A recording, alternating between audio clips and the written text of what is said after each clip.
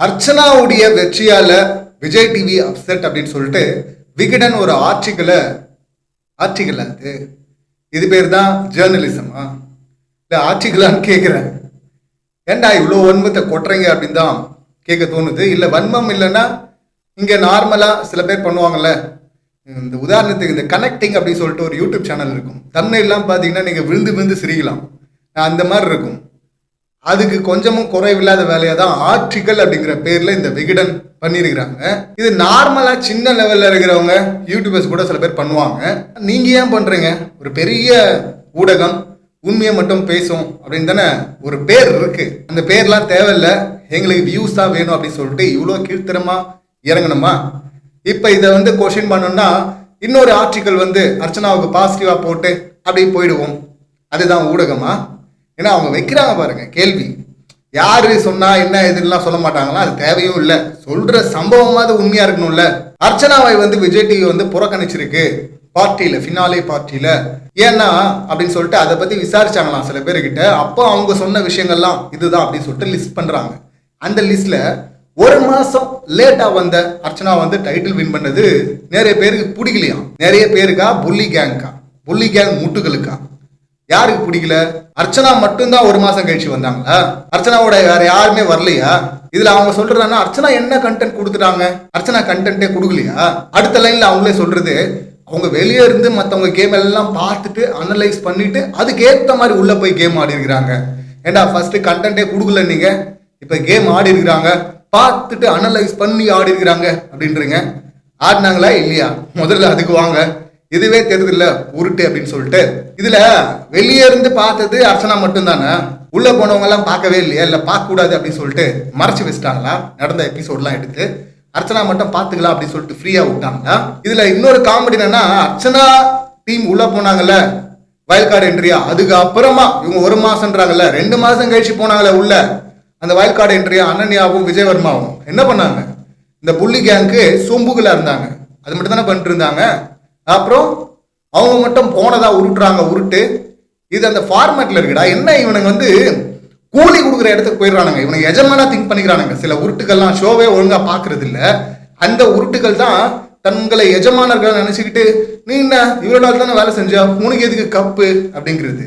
அது உங்ககிட்ட வேலைக்கு வர்றாங்கல்ல, அவங்க கிட்ட நீங்க கூலி கொடுப்பீங்கல்ல, அப்ப உருட்டிங்க அந்த காரணத்தெல்லாம். இது கேம் ஃபார்மேட்டு.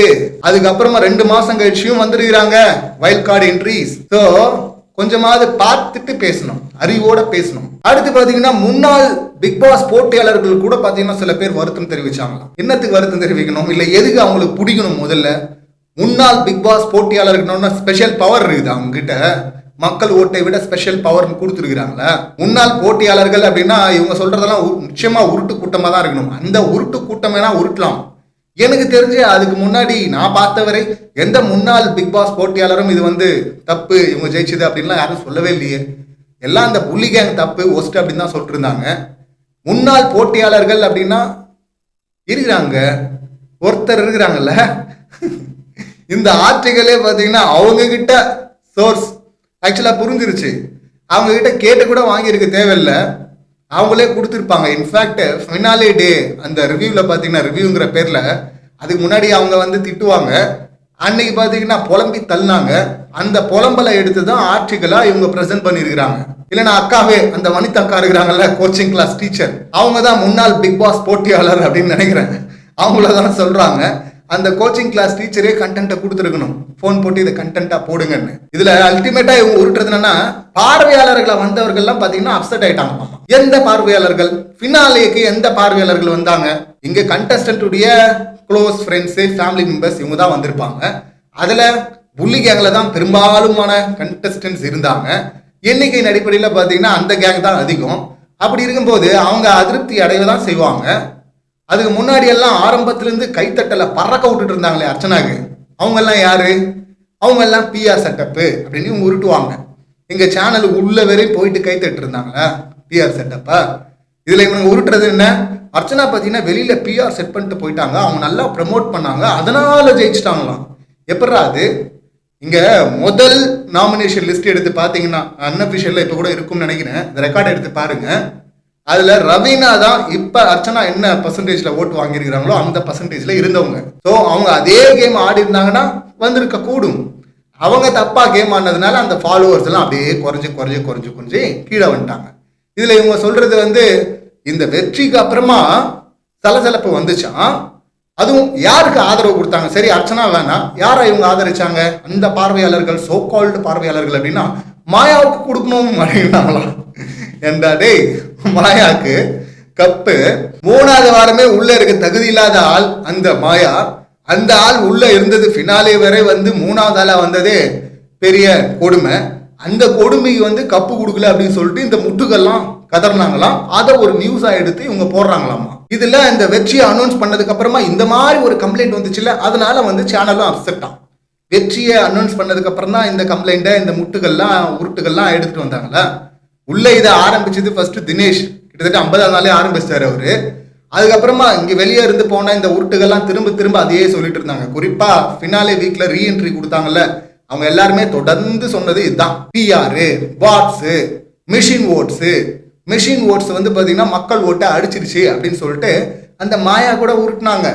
மக்கள் எந்த மக்கள் ஓட்டு போட்டாங்க உங்களுக்கு? இதுல போன வருஷம் கூட பாத்தீங்கன்னா விக்ரம்க்கும் அசீம்க்கும் ஃபேன் ஃபாலோவிங் இருந்துச்சு.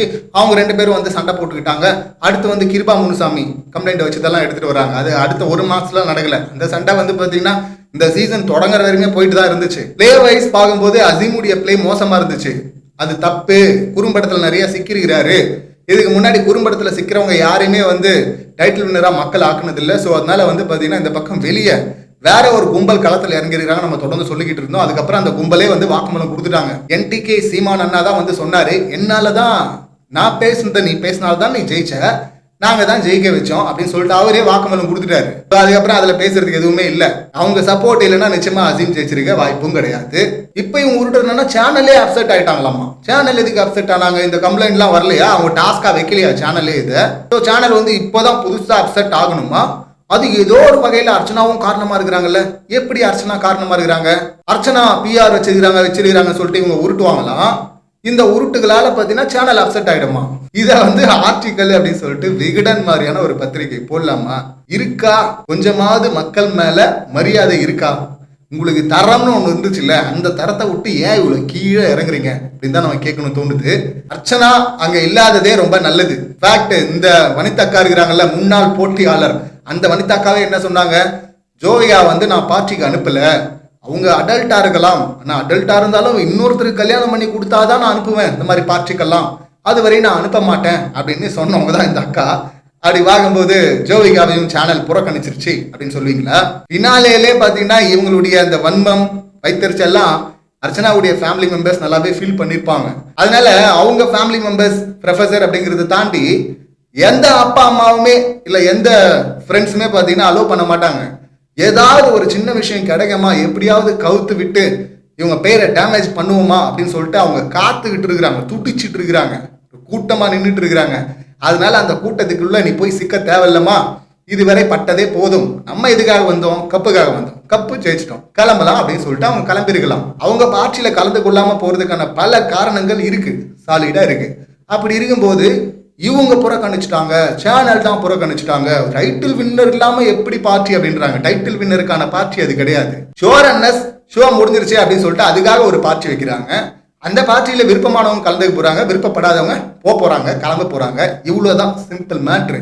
இதோ ஒரு ரீசனா எடுத்துட்டு வந்துட்டு சிலரிடம் விசாரிச்சோம், அந்த சிலர்லாம் கிடையாது, சிலர்லாம் இருக்க வாய்ப்பு இல்லை. வனிதக்கா வீடியோ பார்த்துட்டு இவங்களா அடிச்சு தள்ளிருக்கணும் இந்த ஆட்சிகளை. இல்லைன்னா வனிதக்காவே போன் போட்டு கண்டென்ட்டை கொடுத்துருக்கணும். நல்லா ட்ரெயின் பண்ணி அமிச்சு ஷோக்குள்ளவே ஒன்றும் ஒர்க் அவுட் ஆகல, பேக் ஃபயர் அடிச்சு. இனிமே இந்த மாதிரி கண்டென்ட்டை கொடுத்து அந்த பக்கம் டேமேஜை இவங்க பண்ணிட்டாலும், இந்த பக்கம் இவங்க நேம் கிளியரன்ஸ் பண்ணிட்டாலும் பண்ணிட முடியுமா என்ன? மக்கள் இருக்கிறாங்க, மக்கள் ரொம்ப தெளிவா இருந்தாங்க. இந்த நவம்பர் 4 அன்னைக்கு இவங்க ஆடினாங்கல்ல ஒரு கேவலமான கேம், அந்த கேவலமான கேம்ல பார்ட்டிசிபேட் பண்ண யாருமே டைட்டில் அடிக்க கூடாது அப்படிங்கிறது தான் மக்களின் தீர்மானமான முடிவா இருந்துச்சு. இன்னும் சிலரை கூட முன்னாடியே தூக்கி இருப்பாங்க. அப்படி ஆப்ஷன் வரும்போது நிக்சன் தம்பியை கூட காப்பாத்தினாங்க இந்த சேனல். மழை புயல் அப்படின்லாம் உருட்டி நோ எவிக்ஷன் அப்படின்னு சொல்லிட்டு 2-3 முறை உருட்டுனதெல்லாம் பார்த்தோம். ஸோ அப்பெல்லாம் அந்த எவிக்ஷன்லாம் வச்சிருந்தா இன்னும் கொஞ்சம் முன்னாடியே பார்த்தீங்கன்னா இந்த புலி கேங்கில் இருக்கவங்க எல்லாம் வீட்டுக்கு கிளம்புங்க அப்படின்னு சொல்லிட்டு மக்கள் அனுப்பி விட்டுருப்பாங்க. ஸோ மக்கள் ரொம்ப தெளிவா இருந்தாங்க, யாரு கப்பு வின் பண்ண கூடாது அப்படின்னு சொல்லிட்டு. அதை தான் அவங்க ஆனது தான் எலிமினேஷன் கேம், இவங்க ஆனது இல்லை உண்மையா சொல்லணும்னா. ஸோ அதனால இதை ஒரு ஆட்சிகளாவே மதிக்கல, இது ஆட்சிகளே இல்லை, வனிதக்காவுடைய புலம்பல் அப்படின்னு தான் நம்ம சொல்லணும், இல்ல புள்ளி கேங் முட்டுகளின் புலம்பல் அப்படின்னு வேணா கூட சொல்லிக்கலாம். இவ்வளவு பெரிய நியூஸ் மேகசின் அப்படின்னு சொல்லிட்டு மரியாதையா பார்த்துட்டு இருந்தா கண்டென்ட்ங்கிற பேர்ல இப்படி அடிச்சு தள்ளிக்கிட்டா இருக்கிறீங்க, உருட்டுறீங்க. இருங்கடா நாங்களும் பண்றோம் இதே போல கண்டென்ட்ல எல்லாம் பண்ண மாட்டேன், ஆனா தம்ப்நெயில்ல பண்றேன். இறங்கிட்டீங்கல்ல, இதுதான் ஸ்டாண்டர்ட் செட் பண்றீங்கல்ல, இருங்க நானும் பண்றேன். இந்த ஆட்சிகளை இல்ல இந்த உருட்டை, இந்த குமுறலை நீங்க எப்படி பாக்குறீங்க அப்படிங்கிற உங்க கருத்தை பதிவு பண்ணுங்க. மீண்டும் அடுத்த வீடியோல சந்திக்கலாம். நன்றி, வணக்கம்.